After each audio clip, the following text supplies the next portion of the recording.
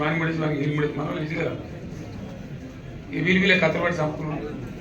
మంచిగా మొక్క దొరికిందని అని చెప్పి నెహ్రూ వాళ్ళు పోయి నెహ్రూ మీటింగ్ ఇచ్చి బూరుగు రామచంద్ర విమానం ఎక్కేటప్పుడు బేగం పెట్ట నేను ఎట్టి పరిస్థితులు ఒప్పుకొని తెలంగాణకి అని చెప్పి పోయి వాపస్ వచ్చి మళ్ళీ దిగింది.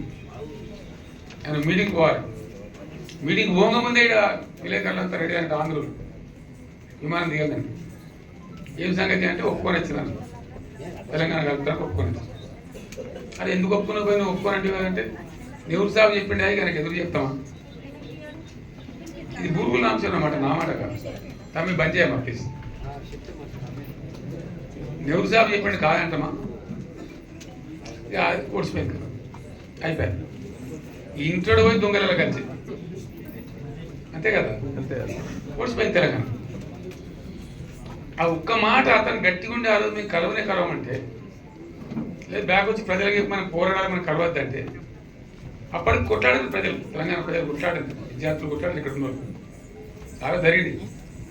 ఇడ్లీ సాంబార్ గో బ్యాక్ అన్నారు, నినాదం ఇచ్చింది, సిటీ కాలేజ్ ఫైరింగ్ అయింది, 6 చచ్చిపోయింది. అదంతా చరిత్ర ఉంది. బూరుగుల రామచంద్ర కూడా భయపడాల్సిన అవసరం లేకుండా ఆయన వచ్చి కూడా ఒక పిలిపించి నథింగ్ డూయింగ్ మనం సత్యనారాయణ కలవద్దంటే అట్లే ఉండిపోదు మనకి ఉంటుంది.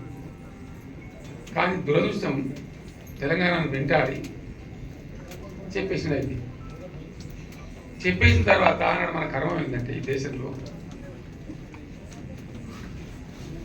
దేశం ఏర్పడినప్పుడు 47లో ఇక్కడ ఇవన్నీ చాలా ఇంపార్టెంట్ విషయాలు. మేము చిన్నగా ఉన్నప్పుడు చూద్దాం అన్నట్టు గద్వాల ద్వారా ఒక ఎమ్మెల్యే, వనపర్తి రాజా గారు ఒక ఎంపీ, మా మేము దుబ్బాక దొరకగానే ఉంది మా ఊరు, మా దుబ్బాక ద్వారా ఒక ఎమ్మెల్యే, ఇటుకేల సంస్థానం కూడా ఒక ఎమ్మెల్యే, తపాల్పూర్ కూడా ఒక ఎమ్మెల్యే, వరుస పట్టుకొని చూసుకుంటే ఆ నుంచి దాకా భారతదేశం అంతా అంతే, మన కర్మ మనకు కూడా అంతే.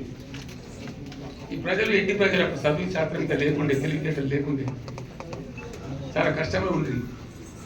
ఇక వీళ్ళు జమీందారులు కదా, రాజులు కదా, వాళ్ళకి ఏం సామాన్య ప్రజలు కష్టమైంది చెప్పు, ఎందుకు చెప్తే ఏమైంది?